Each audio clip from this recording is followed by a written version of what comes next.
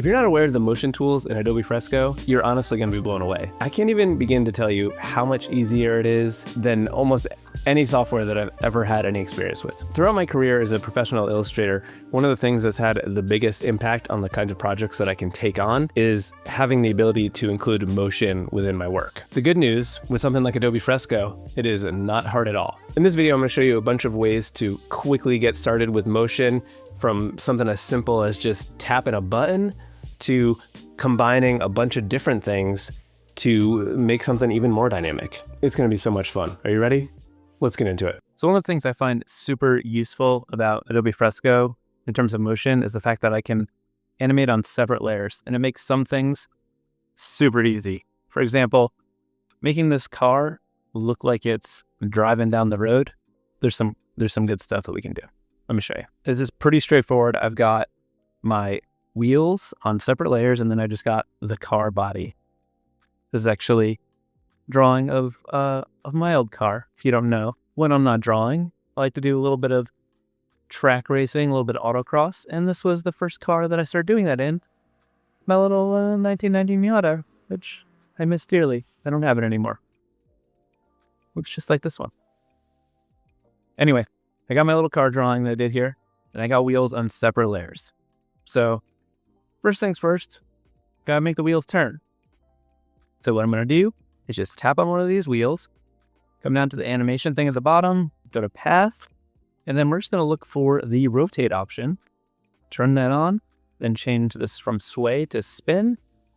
And now we got a wheel spinning around. If we scroll down here to frames, you can lessen that to make it go faster, or you can drag it out to make it go slower. This can be a little bit confusing because there's frame rate and then there's frames. Okay, so the frames. In an animation, the frames make up the time. So it's like a flip book. So the more images to go through, pages to flip, the slower a movement is going to be. For example, if you had a movement in just 3 images, it would go real fast. If you dragged out that movement over 200 images, then you can go super slow. So the more frames, the slower it's going to move. So if we bring this down to 10, you'll see it spins a lot faster. This is limited by your frame rate, which is the amount of frames that play throughout a second. So if you go into your settings here, you'll see the frames per second is set to 12. 12 is sort of traditional for animation. Animation can be referred to as animating on twos. Movies, cinematic movies are typically filmed at 24 frames per second. Animating on twos just means there's 2 frames for every 1 frame. So that's why it's the default. But you could turn this up wherever you want. You could bring it up to 30 frames per second. And you'll see that wheel is going to spin really quick because there's 30 frames playing for every second. It's going to be pretty tedious if you're doing frame by frame animation, so keep that in mind. I want to bring this back down to 12. Okay, so we got this wheel spin. It's looking good. What I'm going to do, instead of animating the other one, I'm just going to go ahead, delete that wheel, and then duplicate this one here. And then I'm going to drag it over. So I'm going to go into the transform tool, and I'm going to choose layer content and motion paths. That way the path comes with it. So we'll go to transform. And then before I drag it over, I'm going to double click my little modifier button. And what this is going to do is going to lock the wheel on the axis that I was pulling. It dropped down a little bit because I pushed past it. Basically, when you have it locked, it's going to lock it to whatever axis you are moving. So because I dragged over, but I was pulling down a little bit accidentally, it moved down. But it's pretty forgiving. So I'll put that right there. And now I'm just going to drag my car body over the wheels. And now we got 2 wheels spinning. It looks like it's moving, but that's not that realistic. Obviously, this is not going to be realistic because look at this car here. But this race car is going fast over a road. The road's going to be a little bit bumpy. It's going to be moving up and down a little bit. So we want to move the whole chassis up and down on the wheels, show the suspension working. What we can do here is use a motion path on this car body. So with this path thing, if I just draw a line, you'll see this is going to go up and down and follow that path. That obviously doesn't look very good, but what we can do is do a smaller one. So what I'm going to do is just draw like a little circle. Okay, so that movement is pretty good. It's just a little bit slow. So we're going to come in here, take out some of these frames, but I think that's okay, but maybe it's a little too bumpy, but let's look at it with the wheels. You know, it doesn't look too bad, but I think we can do a little bit better. So what I'm going to do is come in here. Let's zoom in. We can look at that circle. I'm going to say maybe it's a little too much. So maybe I'll keep the circle within that gray shape there. So we can just delete that path. So I got this moving background from something else I've done to show you how when you combine this with like stuff moving in the background, it'll take it to a whole other level. Okay, so I got this stuff happening in the foreground and the background, and we hit play. Let's see, we got this car driving through the scene. Got stuff moving at different speeds. We got stuff that's closer to us moving faster. We've got those mountains in the far distance that are, you know, not really moving because they're really far away. And we got stuff happening in the foreground that comes by really quick. It's pretty neat. It's pretty fun. And it's quick and easy. And because we can have different timelines on each layer, it makes it so easy to control the speed for how things move. If you wanted to recreate this thing in something like Procreate, it'd be really difficult because your timeline is based, like each one of your layers is a frame in your timeline. Granted, you could use something like Procreate Dreams to do this, but it's not as easy because we don't have all of these motion presets where you can just like draw a path or have the wheels spin around. There's give and takes. There's some strengths that Procreate Dreams does have. It has a full video thing, so you can import sound, something that you'd want to use if you were animating a short. But for like a looping animation like this, it's hard to beat it. Hard to beat it. So a quick tip when you are doing a sequence that has lots of different timelines on each layers, you want to make sure that they're all compatible via the frames. Otherwise, your animation can get off track. And what I mean by that is you'll see here we've got 24 frames happening on this little line sequence that kind of comes to the scene. If we come to this one over here, this is just a single image, but if you come to our path and we go down to our frames, you'll see we've got 48 frames here. So the other one's 24. That thing is going to happen 24, start over, and then it can go again while that one's going to 48. Let me break this down with less numbers so it's less confusing. If you had 2 frames, we'll just do it. We'll just do it. Why explain when I can show? Red ball.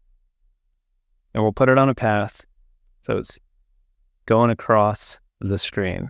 We will set this to 10 frames. I'll do this little triangle here. And we'll put this one on a path as well. But we'll set this one to an odd number, like 23. And then we'll play them both, and you can see what happens when they're not in sync. So we hit play. Now you see there's a little bit of the stutter that happens.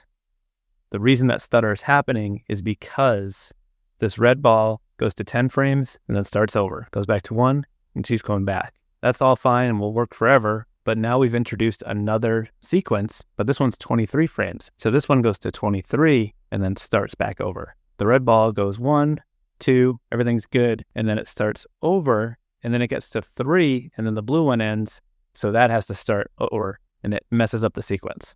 So you just want them to be divisible by the same amount. If we went down to this blue one and instead of making it 20, instead of making it 23, we made it 20, now they will stay the same because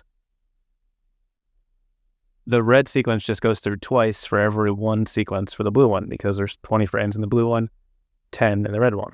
They just need to be divisible into each other. Okay.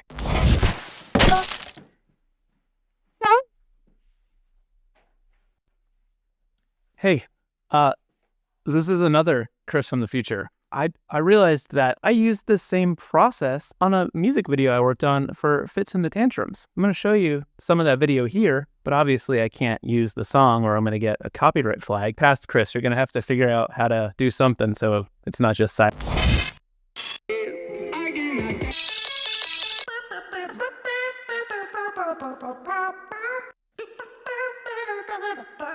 Keeping my head up, keeping my head up,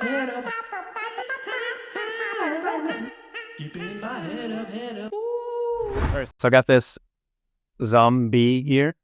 This is one of the Stinktober prompts for Halloween. So, you know, if it's a bee, it's a zombie. Anyway, it's just a simple, flat drawing right here. And I'm going to show you some of these new motion presets that come in Fresco. So if you just go down to the motion menu in the bottom right corner, and then go to path, you'll see here we just got these presets, and you can just tap them and it'll automatically start doing different things to your drawing. This sparkle one, we got this bounce one. Look at that. A spin. A lot of really fun stuff. Just a simple way to bring things to life very, very quickly. And because each layer can have its own timeline, you could have a whole bunch of different things set different ways and have things moving around in different ways at different speeds, etc. And, you know, you can come in and control this even more from the preset. You can see down here the angle is set to 45, but let's say you wanted it to be less. You could bring that down to 17. It's going to go like that. You can bring it out to 90, and it's going to go almost all the way around. Pretty cool. I think if you changed it to spin, it would just spin all the way around like this. So motion presets are a quick, easy way to just have this thing start moving around without any extra work. The way you can take this to the next level is by combining it with a little bit of frame-by-frame animation.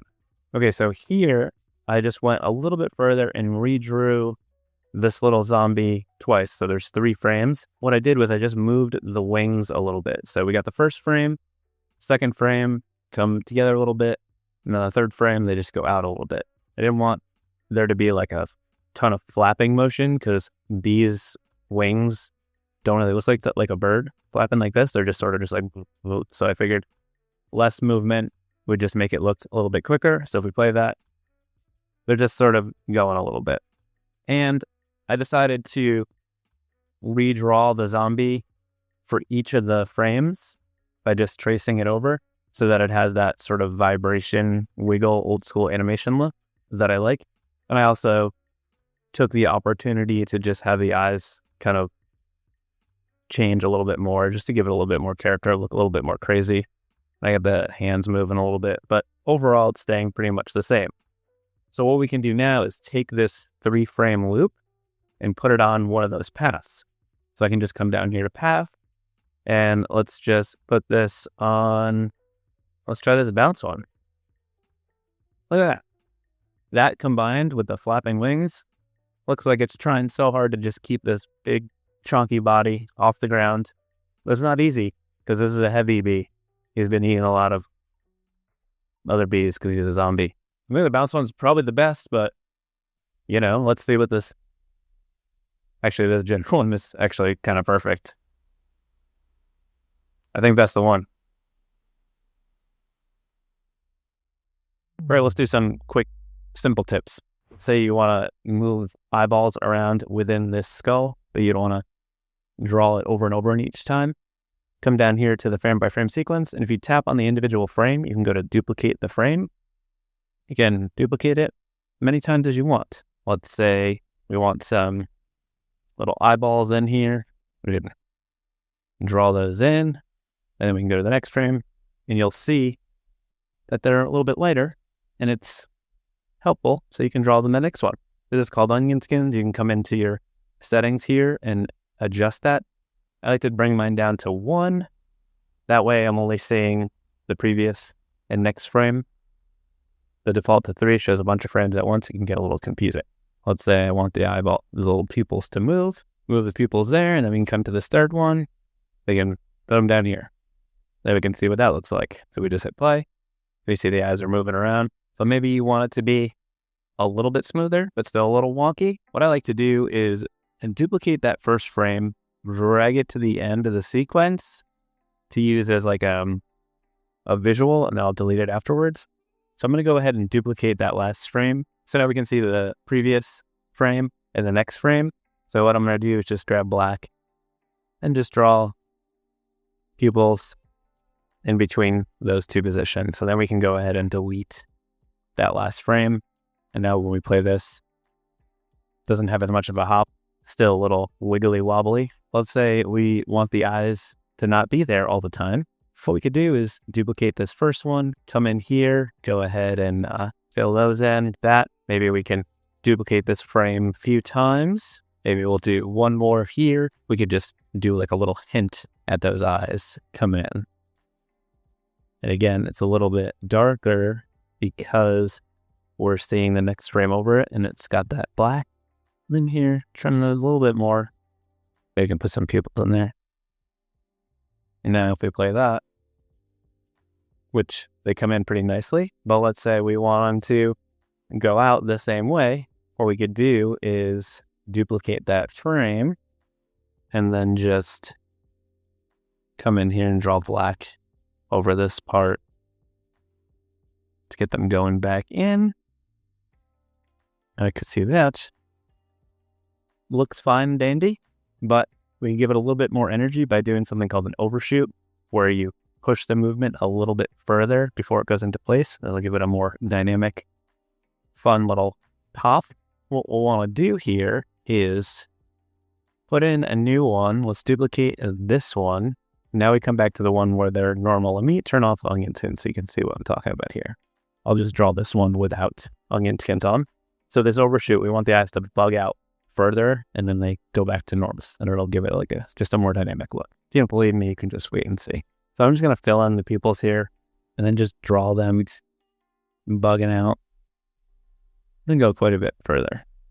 Because sometimes you got to exaggerate movements quite a bit in simple animation like this for it to be noticeable, or it'll be a little bit too subtle. I'm going to put some pupils on, make them a little bit bigger.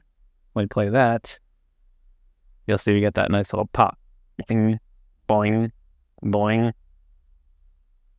See, I told you it was fun and easy, right? I know a couple times I got a little confused, but that's fine. I was just trying to show you everything. So if you forget about those little confusing parts and just focus on the easy stuff, you can get started with that.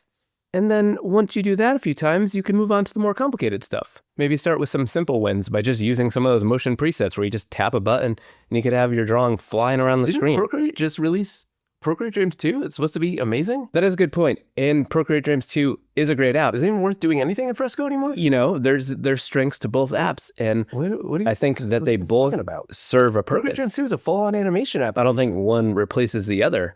And it just so happened that I just made a video walking through the updates to Dreams 2 and comparing it to my workflow in Fresco. Spoiler alert, they're both great, and I think there's definitely use cases for both.